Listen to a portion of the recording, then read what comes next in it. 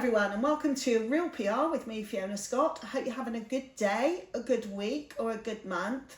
Today's guest is a friend of mine, Liz Perkins, a journalist who came on my summit early on in 2025. She came on a training day last year with me as well and supported clients and contacts around storytelling and how to tell their story, and tons of things have happened since. So I see her as a really good friend, good collaborator, and of course a fab journalist. Well, it's really good to see you again, Fiona. It's just like so nice to catch up. I'm Liz Perkins. I night news edit on the Sunday Telegraph, and I guess the people would hear me as well on Times Radio talking about Welsh politics. I previously was the night news editor at the Daily Express, and I've just worked across the world really doing all sorts of different things from moderating at the UN and Davos to working over in Afghanistan and reporting on the frontline troops over there during the conflict. So lots been going on during the course of my career. So, Liz, let's go a little bit back in time, not quite as far as me, but how did you get into this world of journalism and stories?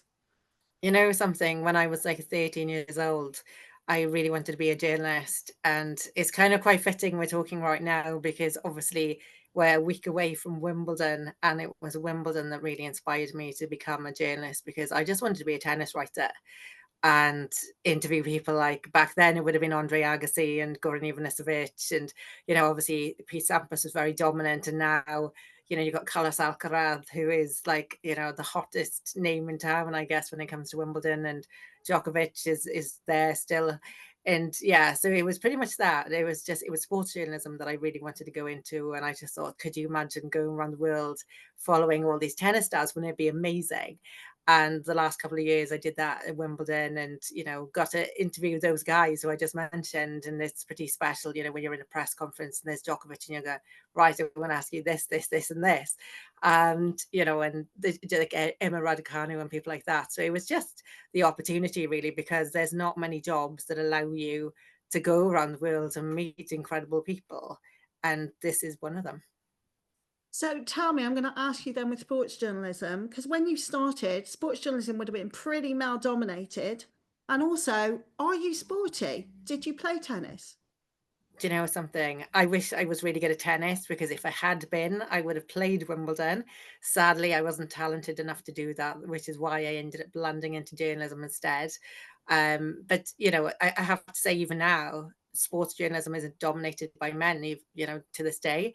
And I remember last year sitting in the press conference room in Wimbledon and looking around, which I never usually do, and it was mostly men. And like, wow, because most of the audience for tennis is actually women. So it just seems kind of strange that that is still the case. And, obviously I've written like rugby stories, and, started out covering like football. And I remember some of the guys being like, who is this young girl coming in and wanted to write about football?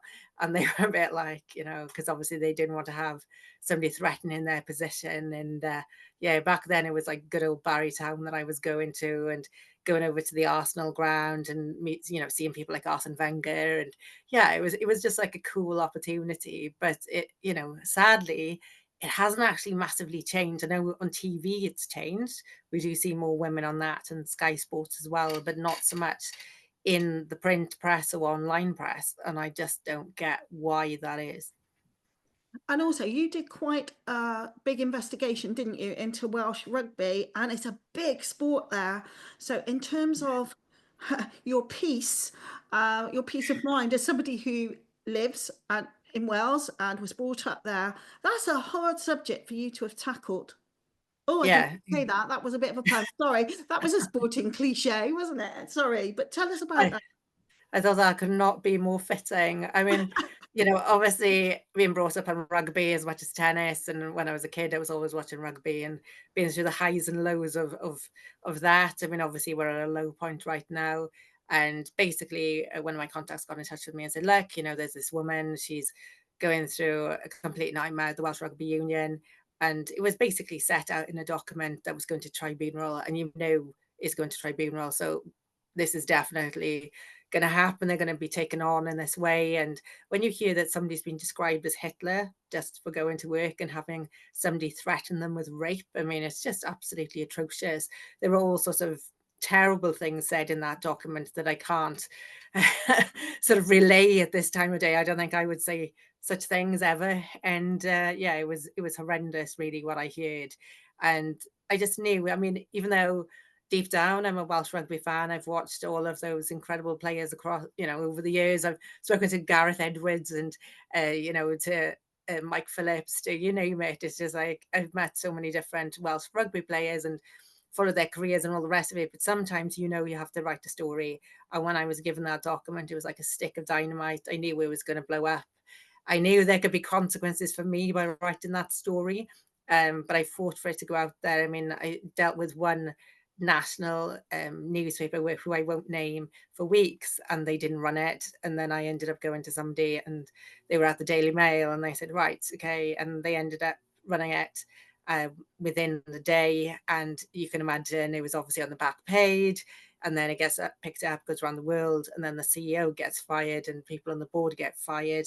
And then it led to other stories that I wrote, one in the Telegraph about how women were having to eat oats rather than having lovely meals at the Vale, which everybody knows in Wales is like the main HQ for Welsh rugby. And they were treated differently. And you're just thinking, that was only a couple of years ago. With 2025, women still treated so badly as that, it just seems insane.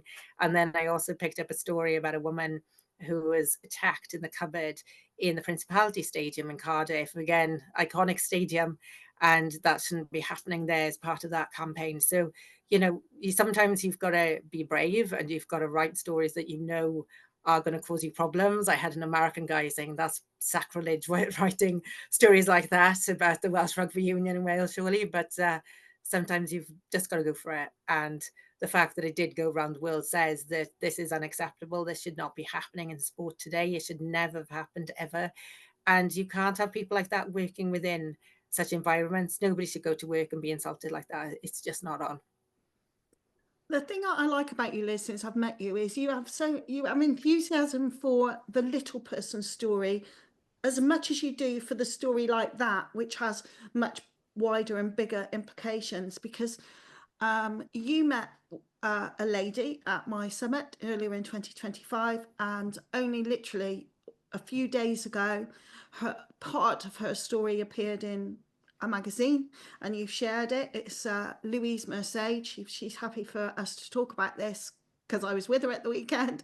So tell me a little bit about that, how that happened, and the process you went through with Louise that you would go through with other people when they're thinking about revealing pretty sensitive information. I think the thing with Louise, I mean, her story is quite a tough story to tell, because when you look at her, she's just this nice blonde lady who you wouldn't really imagine has been through what she has. The fact is that she'd battled alcoholism for 22 years.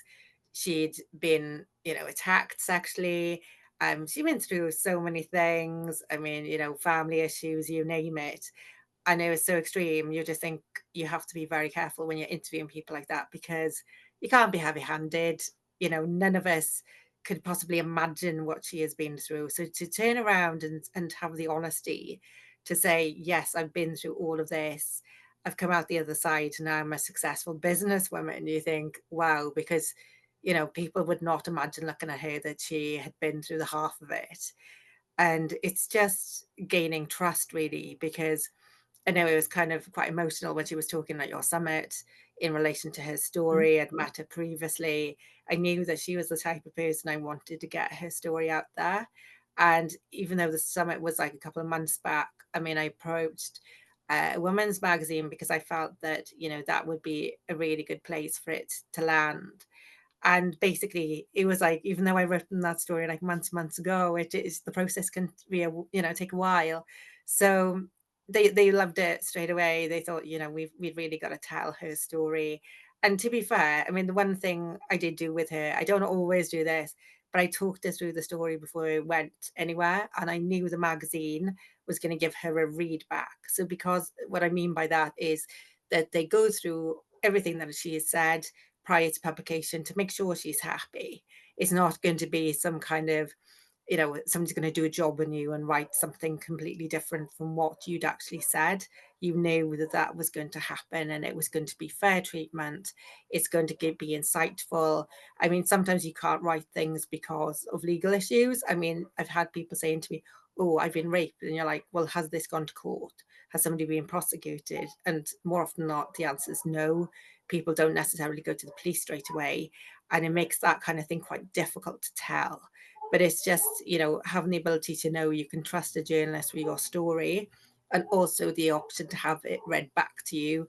Then you've got the confidence really that, it's going to be okay. I mean, you don't always have that with certain newspapers and certain outlets. And that's, up to you whether you take that risk and you're prepared to trust in the person that you're speaking to.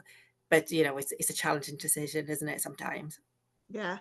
And because I kept in touch with Lou throughout that whole process so I knew how you were treating her in the background, and she had to ask me very little, and she had deep trust in you. And you're quite right with readback.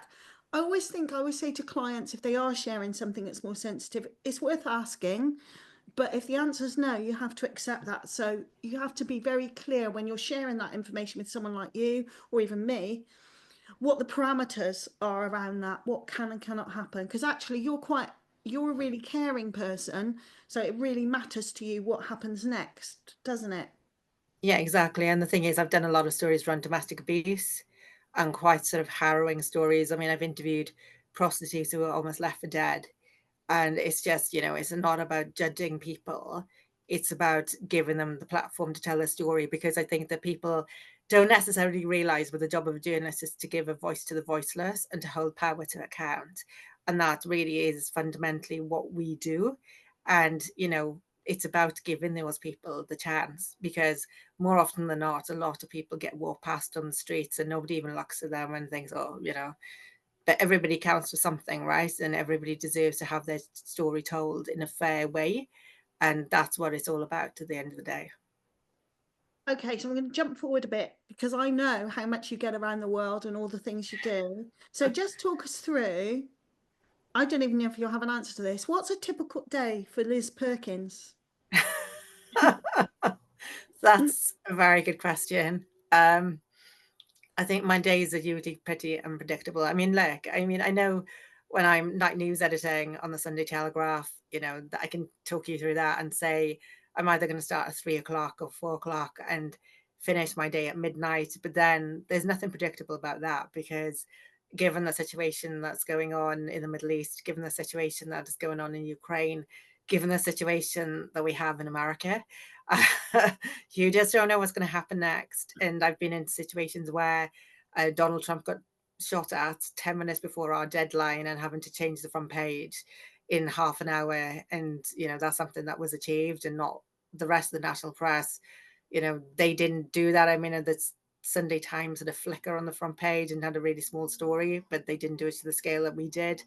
And, that is what I do, in terms of my work there. But my typical days are never typical. I mean, at the moment, I'm gearing up to go to Wimbledon for 2 weeks.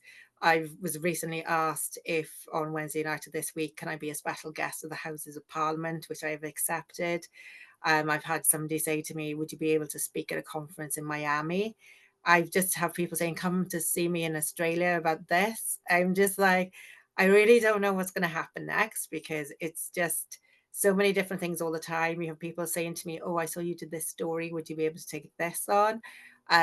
I don't know. It's just, I wish I could tell you what's going to happen the You, next day, the you, next day, the next day, or if I'm going to be asked to moderate somewhere. I don't know. It just kind of rolls, and I just go, I have to decide yes or no what I'm going to do and what I'm not going to do. And it's just, there's a lot going on. Yeah. And I'm also, I should say, at the moment, I'm working on a book proposal and trying to get draft chapters written as well.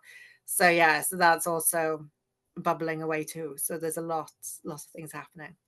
okay, then. So when you aren't working, when you have some downtime and you're at home, what do you enjoy doing?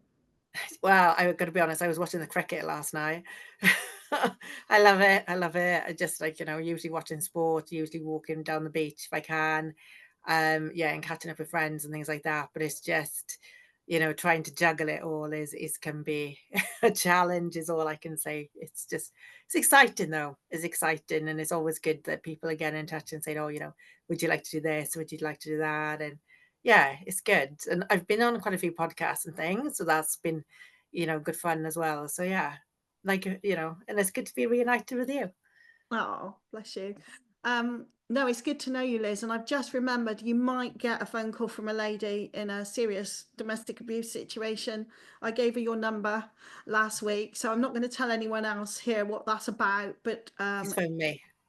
fine, brilliant, because I'll pass something on to you when I think that might be a Liz thing, as Thank you. because I know you'll treat them with respect and due diligence and in a terrible situation. So, folks, I'm not going to say much about that. Suffice to say, we will probably hear about it in the near future. Um, okay, so you enjoy the beach, you enjoy cricket. What else? Traveling. What else do you do? Do you get when do you sleep? I always sleep. I always have to sleep because I wouldn't be able to keep going the way I do if I was, wasn't having a proper sleep, It's got to be done, always does. I mean, I was having a bit of a chill out after working the night shift the other day, and you got to look after yourself as well, because otherwise it's just impossible. Because you must be traveling, if you're the night editors, I'm presuming that's not a remote job. You have to go to London to Yeah. do that and then go home to Wales. Is that right? I mean, That's right, yeah, yeah. and the thing is, if you've got lots of different events coming up in London as well, then sometimes you're going to them before you're actually going to work, and yeah, like I say, I mean, I'm getting invited everywhere and having to make tough decisions sometimes, so, you can't be all places at the same time, but you can imagine, yeah, it's a juggle. And do you love it now as much as you did that day, do you think, when you thought this is what I want to do? Yeah, I think I'm gonna say this: when you see me walking through the gates on Wimbledon, the first Monday of Wimbledon, a week today, I will be the most happiest person wandering around. Let me tell you, it's like living the dream. It's just you didn't imagine. You just think, oh, I'd love to do this, and now I'm actually doing it. And when you're sitting in the press conferences and you're going, wow, I was speaking to people like Martina Navratilova, or just randomly walking into like Carlos Alcaraz or whoever. I just think it's just a wonderful experience. It's a great job. And yes, I've progressed, through the ranks, I guess, and done completely different things as I've gone, but it's never boring. There's always something to interest me. And that, I wouldn't still be doing it if I didn't enjoy it. You know what I mean? So yeah, it's So important. let's talk about Wimbledon then. So when you get there, what is your day at Wimbledon like, and how many stories are you meant to file in a day? Talk about that. It can vary really, it depends what's going on. I mean, I tend to, because I love being in Wimbledon so much, I always tend to get there really, really early. So, I mean, you can walk in anytime, to be honest. If you wanted to be there at 8 o'clock, you could be. If you want to be there 9, whatever. The thing is, the play usually starts sometimes in the outside court about 12, and then it's like 1 o'clock on the main centre court, number one court. So, it just depends, because I mean, we had situations where I think it was someone like Extinction Rebellion or somebody else. I'm not sure, but one of those groups was like targeting the outside courts, and then you're having to like run after that story and sort of see what's going on. Then you have like press conferences taking place once the match is finished. It depends on the nature of the matches. It depends if there's an upset. If somebody amazing goes out in the first round, then that changes the nature of everything. The first week is usually crazy, because there's so many matches, so many people, weather's thrown into the mix.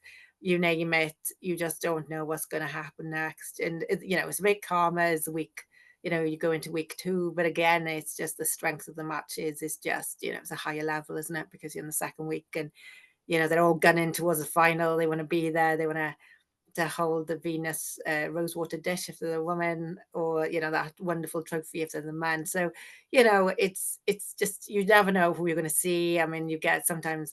I spoke to the Princess of Wales's mum last year, and Rob Brydon, and Sir Ben Ainsley, and it was just like one minute you're speaking to Pep Guardiola, and then it's Lawrence Dallaglio, and then you're like, oh, it's Nigel Farage now.